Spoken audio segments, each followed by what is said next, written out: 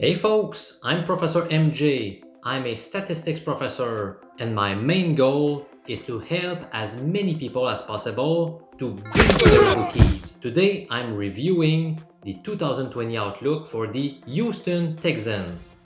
And the main goal is to answer the question of whether to bet them to win over or under 7.5 games in 2020. The answer will be unveiled at the end of this video. The Texans won the AFC South title for the fourth time in 5 years. They pulled off a great playoff upset win by beating the Bills after being down 16-0 in the third quarter. However, they were the victim of a big comeback themselves in the following contest when they squandered a 24-0 lead in Kansas City. They were completely overwhelmed in the last 40 minutes of the game at Arrowhead Stadium, and they ended up losing 51-31. Let's talk about each position on offense pretty quickly, and let's start with quarterbacks. DESHAUN Watson entrenched his status as a top 10 QB in the league by posting good numbers for a third straight year. He came close from the 4,000-yard mark, while throwing 26 TDs and 12 interceptions, and he also added a career-high 7 rushing touchdowns. There is no doubt he's one of the top signal callers in the league. He now has a good mix of youth and experience. He has a bright future ahead of him. As for MCCARRON, he will back up Watson, but the team crosses its fingers they won't need him on the field. He's clearly not starter material. He has 6 TDs and 3 interceptions over a 5-year period. Let's now talk about the running back position. The Texans had a very nice duo in 2019 with Carlos Hyde and Duke Johnson. Still, Houston decided to shuffle things up a little bit. David Johnson was acquired via a trade, even though the 28-year-old has shown signs of declining. After racking up more than 2,000 rushing plus receiving yards and 20 TDs in 2016, Johnson played just one game in 2017 after dislocating his left wrist in the season opener. He simply hasn't been the same since. His yards per rush average has gone from 4.6 in 2015 to 4.2 in 2016, 3.6 in 2018, and finally 3.7 last year. Johnson will be the lead back since Hyde has not resigned. Hyde rushed for more than 1,000 yards for the first time of his career and will need to find work elsewhere. I really like Duke Johnson. He seems to have enough talent to take a heavier workload, but he's been stuck behind guys like Isaiah Crowell, Nick Chubb, and Carlos Hyde. He hasn't missed a single game in 5 years, that's right.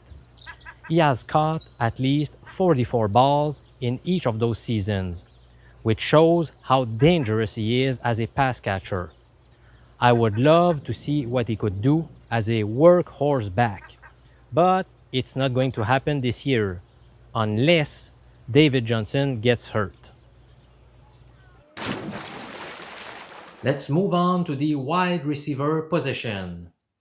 Alright, so I'll do my best to stay polite. The DeAndre Hopkins trade was okay, that's the nicest I can be when talking about this trade, because Hopkins is a rare talent. David Johnson isn't. It's as simple as that. Losing Hopkins is a big blow. He's a game changer, and he often draws double coverage, which leaves more room for other receivers. Will Fuller is a difference maker when healthy. But the problem has been just that, health. He has missed between 2 and 7 games in each of his first 4 years in the NFL. And when he's on the field, he tends to play at less than 100%. Last year, he graded as the 25th best wide receiver, according to Pro Football Focus, out of 122 wide receivers, which is really good.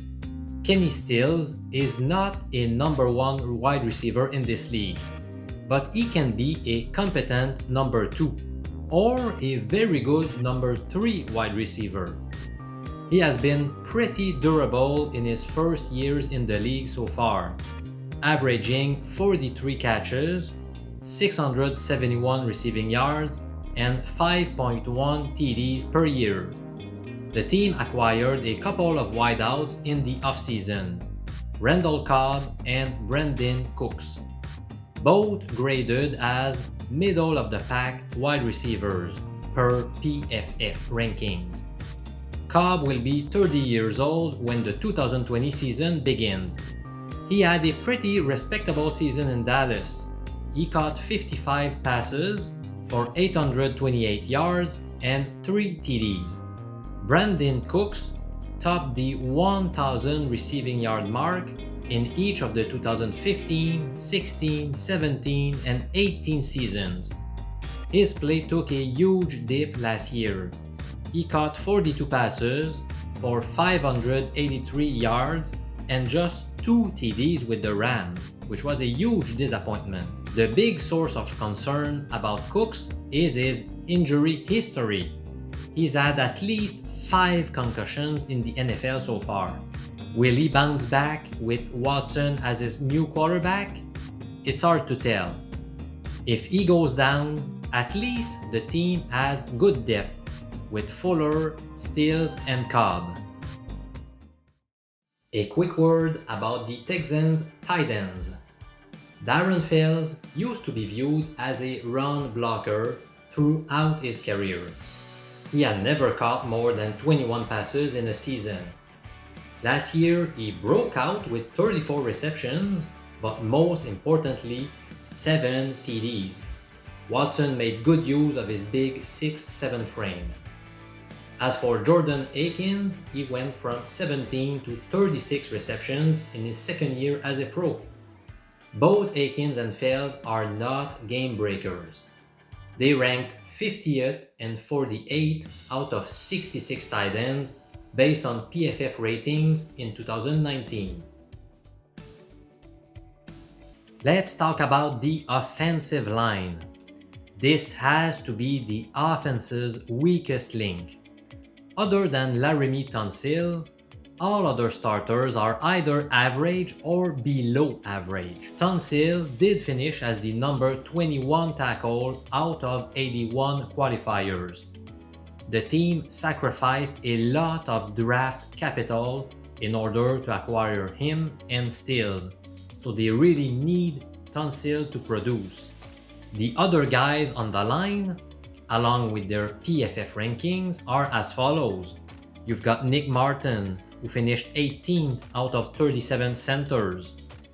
Titus Howard, who finished 60th out of 81 tackles. Zach Fulton, who finished 61st out of 81 guards. And finally, Max Sharping, who finished 48th out of 81 guards. Last year, the Texans attempted the 20th most passes in the league, and yet they allowed the 8th most sacks. And that's despite having a mobile quarterback like Deshaun Watson. So that is not reassuring. Since the same guys will be protecting Watson in 2020, you have to be concerned about his health. The only good news is continuity is important on the offensive line. So having played together for one full year will probably help.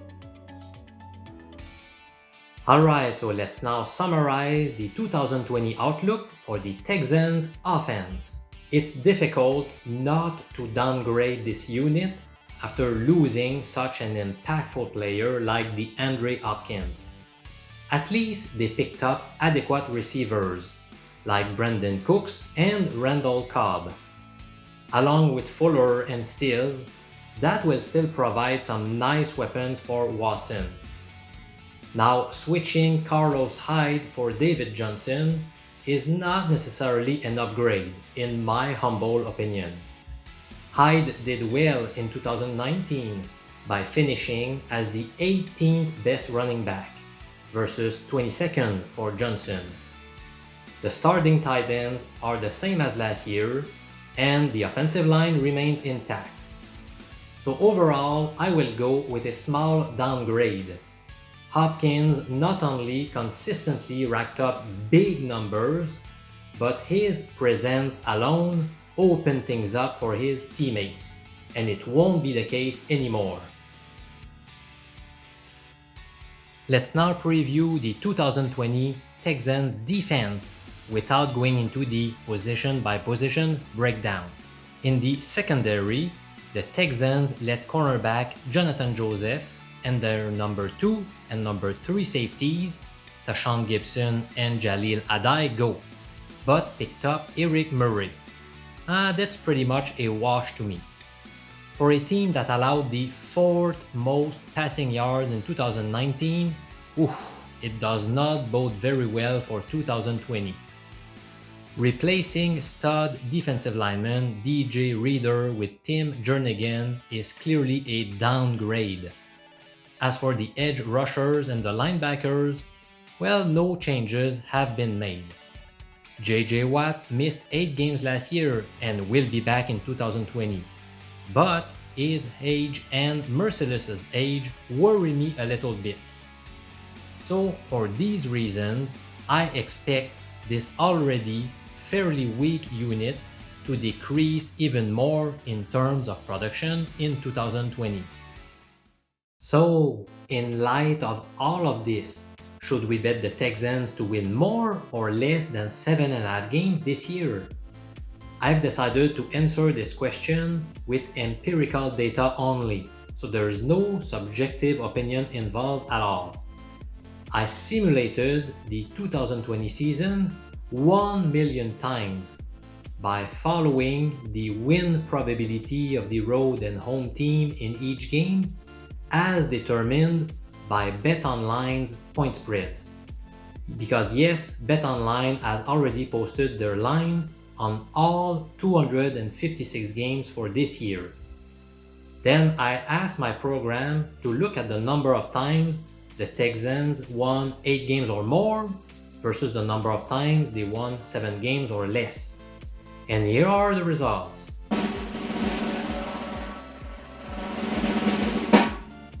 In 50.8% of the cases, the Texans won more than 7.5 games. Now, after looking at the odds from many online bookies, the highest odds I have found is plus 105 at Jazz Sports. That turns out to be 2.05 in decimal format, by the way. So the return on investment on the over turns out to be plus 4.1%. Now, what about the under? Now, obviously, the under won in the remaining 49.2% of the cases. And this time, I found the highest odds at mybookie.ag, whose odds are minus 105. In this case, the return on your money is negative 3.9%. So my final conclusion is to bet the over. But a quick warning, the break-even odds are minus 103. And by break-even odds, I mean those that will generate a return on investment of 0%. So I would argue that you should bet the Texans to win more than 7.5 games if the odds that you are getting are at the very least plus 105.